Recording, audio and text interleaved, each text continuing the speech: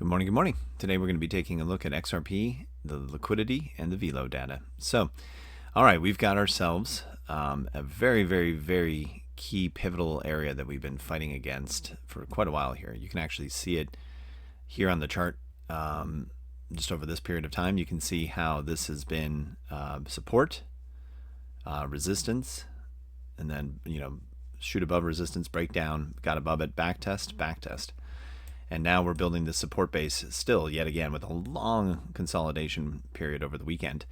So at this point now we're looking to see if we can get a continuation higher. Question is, where do we go, right? So at this the couple areas of interest are right here around 135. That's that big potential issue area that we are watching and looking at, because that was the inefficiency breakdown from Saturday. And then we're also looking all the way up here at the 137-ish region, where this large capitulation occurred, and we found resistance already against a couple times on the way up.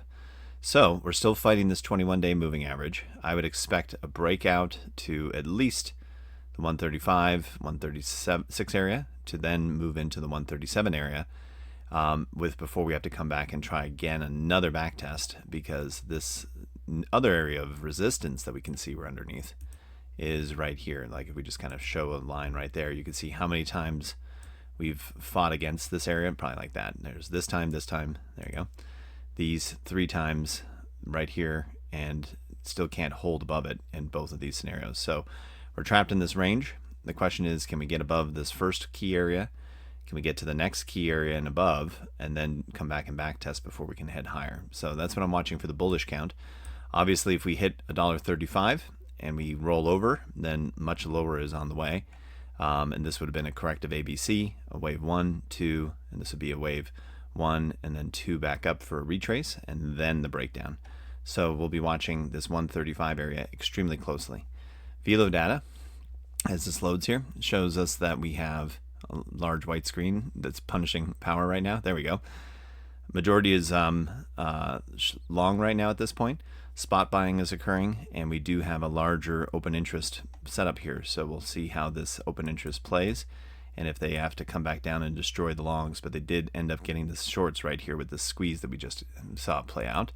Liquidity on the 48-hour does take us up to that 135, 136 region, which would check right here for this breakdown at 135.5. So that's where we're expecting the squeeze to take us up to. And then whether or not we can have a continuation higher to this 138 will be telling. So we'll see how that plays. They may get another news narrative and push it even higher to this level.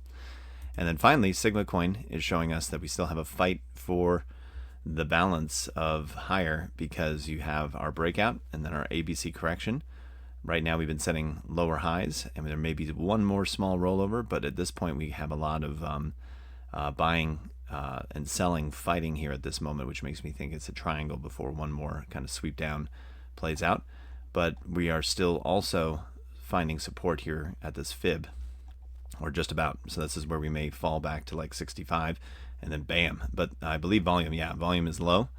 So we have a lot of this volume that occurred. There was large selling, and then we had this low volume that played out right here, and now we're getting ready to go higher. So all right, so we'll just continue to watch and monitor. 160 million Sigma gets you access to the Sigma Pro. There's a lot of great alpha in there right now. We had some dots flipping back and forth yesterday, so you can check those out. Liquidity says that we have a squeeze up and maybe then a squeeze return to the downside. And Velo data shows us that right now open interest is still high as we squeeze back up, with targets at 135 to 137 is what we're watching for this range that we're in currently. So everything's looking pretty good, and this 21-day moving average boss fight is the one we got to see how we handle. If we can get above it and continue, then life is beautiful. So, all right, guys, we'll check in tomorrow, and thank you so much for watching.